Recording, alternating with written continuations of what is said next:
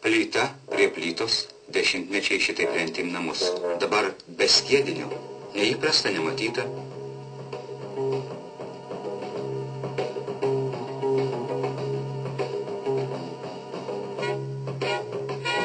Suveržė, suspaudžia, lyg kokį baldą ir stovi sienos. Statote jie matai, kaip dailiai gražiai, taip dar nemačiau. O tu? Šalta, kad tik nebūtų. Žiemos metu viduj. Šitų namų nepalyginsi su mūriniais, daug gražesnis. Matai metai, matai žydrą. Sakykim, stovėtų. Kažin ar karvė ragutės nedurs. Man tos sienos nepatinka. Plonos kažkokios kitas guminės. Mykalai, ar tokius rūmus dar gal? Kad skydiniai namai pranašesni už medinius ir už mūrinius, patvirtina užsienio šalių, kuriuose jie buvo statyti patyrimas ir tarybinių mokslininkų darbai. Kaime vyksta industrinė statyba, kaip ir mieste, ir pavojai tie patys, monotoniškumas, standartas.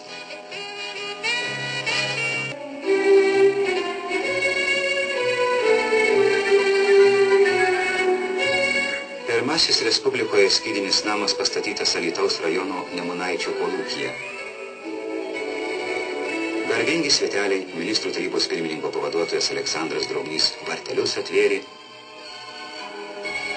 Kombinato direktorius Vladas Taponavičius raktelius įteikė.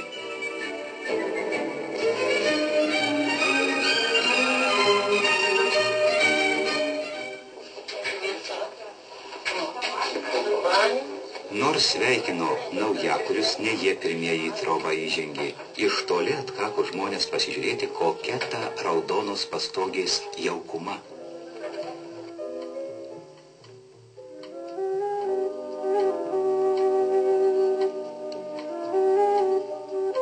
Kombinatas stato 6 tipų šiais metais namus, kurie yra nuo 3, 4, 5 kambarių. Ir jie kainuoja 3 kambarių, pavyzdžiui, namas kainuoja 14 000 sąmatinė vertė. Čia yra ir nebrangu, galima pirkti. Prašom. Už kiek laiko galit pastatyti? Viso namo montažas iki pilno užbaigimo užima nuo 20 dienų iki 30 dienų. Jau galim paklausti ir naujakurių nuomonės, ar visko patenkinti. Kol kas taip gyventi neblogai. O dabar pradėjom kūrenimą, šiltą kambariuose, bet trūkumų šiek tiek yra. Galėtų būti virtuvės didesnės, kaip kaimo sąlygom. Ateityje turbūt reikėtų, kad iš 2 padaryti vieną kambarį, nes kambariai nelabai dideli, o jeigu koks nors ar vestuvė, ar taip kokis nors reikalas, vis tiek reikalinga, kad būtų kambarys didelis. Jeigu kolūkiečiai turi gyvulius, tai reikalinga, kad būtų virtuvė, kad galima būtų ten gyvuliam įsivirti. Pagal projektą tai nėra. Tuos trūkumus kombinatas ištaisys, nes gamybininkai, mokslininkai, architektai ieško būdų, kad žemdirbio buitis dar labiau priartėtų prie miestiečių.